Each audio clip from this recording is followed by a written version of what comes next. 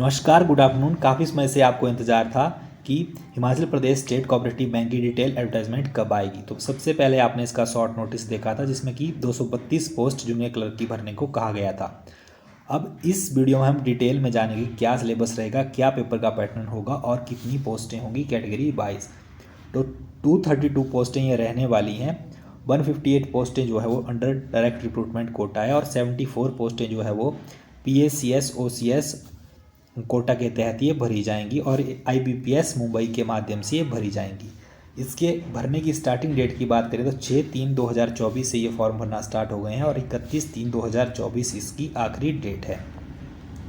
अब बात करते हैं फीस की। तो फीस की बात करें तो जनरल और OBC के लिए फ़ीस जो है 1000 रुपये रहने वाली है, EWS के लिए 800 रुपये और SC ST IRDP BPL के लिए 800 रुपये रहने वाली है और फीमेल कैंडिडेट्स के लिए भी 800 रुपये फीस रहने वाली है।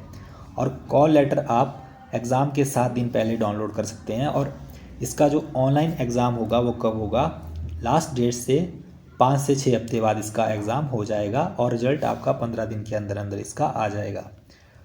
अब बात करते हैं पोस्ट के ब्रेकअप की, किस कैटेगरी के लिए कितनी पोस्टें हैं।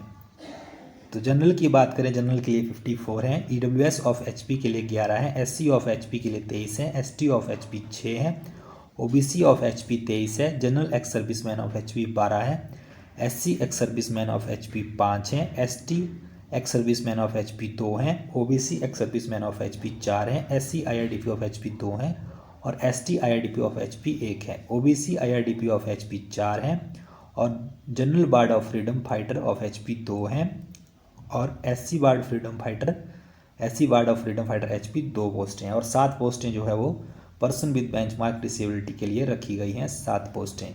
इसी तरह से ये 158 पोस्टें होंगी। और उसके बाद कोटा के तहत बात करें, PACS कोटा के तहत 59 पोस्टें भरी जाएंगी PACS कोटा के तहत और OCS कोटा के तहत 15 पोस्टें भरी जाएंगी। तो टोटल मिला के ये 232 पोस्टें हो गई। अब बात करते हैं आगे कि इसका क्या सिलेबस रहेगा और कब क्या सिलेबस रहेगा और इसके लिए क्या क्वालिफिकेशन रखी गई है। तो क्वालिफिकेशन की बात करें तो जूनियर क्लर्क के लिए आपके पास 10+2 4% अंकों के साथ होनी चाहिए या फिर ग्रेजुएशन या इससे अबव की क्वालिफिकेशन हो तो भी आप इसके लिए अप्लाई कर सकते हैं। और कैंडिडेट का हिमाचली बोनाफाइड या फिर 10+2 हिमाचल से होना अनिवार्य है। जिसकी हिमाचल से 10+2 मैट्रिक या 10+2 नहीं है वो इसके लिए अप्लाई नहीं कर सकता। यही कंडीशन सबके लिए अप्लाई होती है। अब आगे बात करेंगे हम इसका क्या पैटर्न रहेगा और क्या सिलेबस रहेगा। सबसे पहले बात करते हैं एग्ज़ाम पैटर्न की। तो आपका एग्ज़ाम 2 फेज़ में लिया जाएगा, फेज़ 1 फेज़ 2। तो फेज़ 1 आपका प्री एग्ज़ाम होगा। प्री एग्ज़ाम में आपको 30 क्वेश्चन इंग्लिश के आएंगे, 35 न्यूमेरिकल एबिलिटी, 35 रीजनिंग के, टोटल 100 क्वेश्चन और ये 100 मार्क्स का ही आपका पेपर होगा।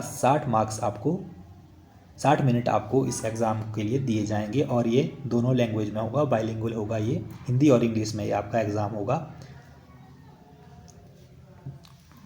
जो भी पोस्ट वैकेंट हैं उसके 10 गुना कैंडिडेट को क्वालिफाई माना जाएगा मेन एग्ज़ाम के लिए। तो जितनी पोस्ट हैं उसके 10 टाइम्स कैंडिडेट को क्वालिफाई माना जाएगा मेन एग्ज़ाम के लिए। उसके बाद आपका मेन एग्ज़ाम होगा। मेन एग्ज़ाम की बात करें तो मेन एग्ज़ाम में आपके लिए रीजनिंग 50 क्वेश्चन आएंगे, रीजनिंग के, numerical ability 50, English 50, general awareness 50, total 200 question आएंगे। तो जनरल अवेयरनेस में हिमाचल का जीके भी रहने वाला है। तो 120 मिनट का आपका पेपर 2 रहने वाला है, 120 मिनट का आपका पेपर 2 रहने वाला है। और उसी तरह से बात करें तो उसी तरह से junior clerk under society quota के लिए भी यही एग्ज़ाम का पैटर्न होगा। पेपर 2 का उनके लिए भी यही एग्ज़ाम का पैटर्न होगा। Out of 50 question of general awareness, 25 question will be from banking including cooperative banking and 25 question will include question on general awareness and question about HP GK। तो 25 question आपके जो हैं वो 25 क्वेश्चन जो हैं आपके बैंकिंग से रिलेटेड रहेंगे और 25 क्वेश्चन आपके जनरल अवेयरनेस के होंगे जिसमें कि इंडिया का GK और HP GK भी आएगा। Candidates up to 1.75 times of vacant post will qualify to appear for the process of verification scrutiny of documents। तो सिलेबस की बात करें, सिलेबस आपका 10+2 लेवल का रहने वाला है, क्योंकि इसकी मिनिमम क्वालिफिकेशन जो है वो 10+2 ही है। तो जो पेपर वन है आपका ये क्वालिफाइंग नेचर का होगा। इसके मार्क्स आगे नहीं जोड़ेंगे, इसके मार्क्स के आधार पर फाइनल मेरिट नहीं बनेगी। अब बात करते हैं फेज़ 2 एग्ज़ाम की। एज पर the provision of bank service rule, phase 2 examination shall be of 100 marks. There will be no personal interview and document evaluation selection for appointment to said post of junior clerk will be made on the basis of the merit of main examination। तो main examination के आधार पर ही 100 marks का आपका main examination होगा paper 2। तो उसी के आधार पर मेरिट बनेगी आपको कोई इंटरव्यू नहीं देना है, उसी के आधार पर आपकी मेरिट बनेगी।